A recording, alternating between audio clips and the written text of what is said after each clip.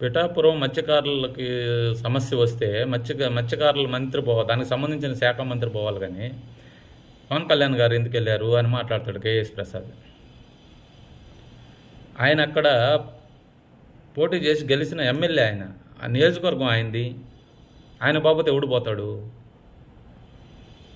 అది కూడా తెలియదా నీకు? ఆయనకేం పని అక్కడంటే?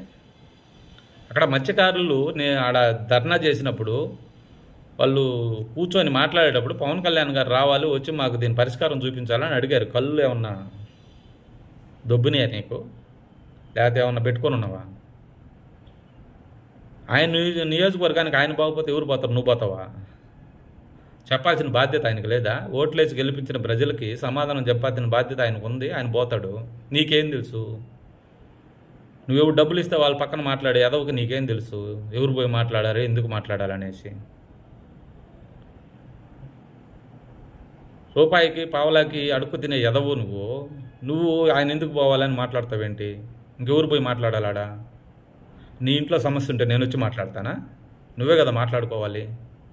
అది కూడా తెలియదా? జనాలు మరీ అంత పిచ్చోళ్ళు అనుకుంటున్నావు నువ్వు? ఎందుకురా నాయన ఇట్లా తయారైపోయారా?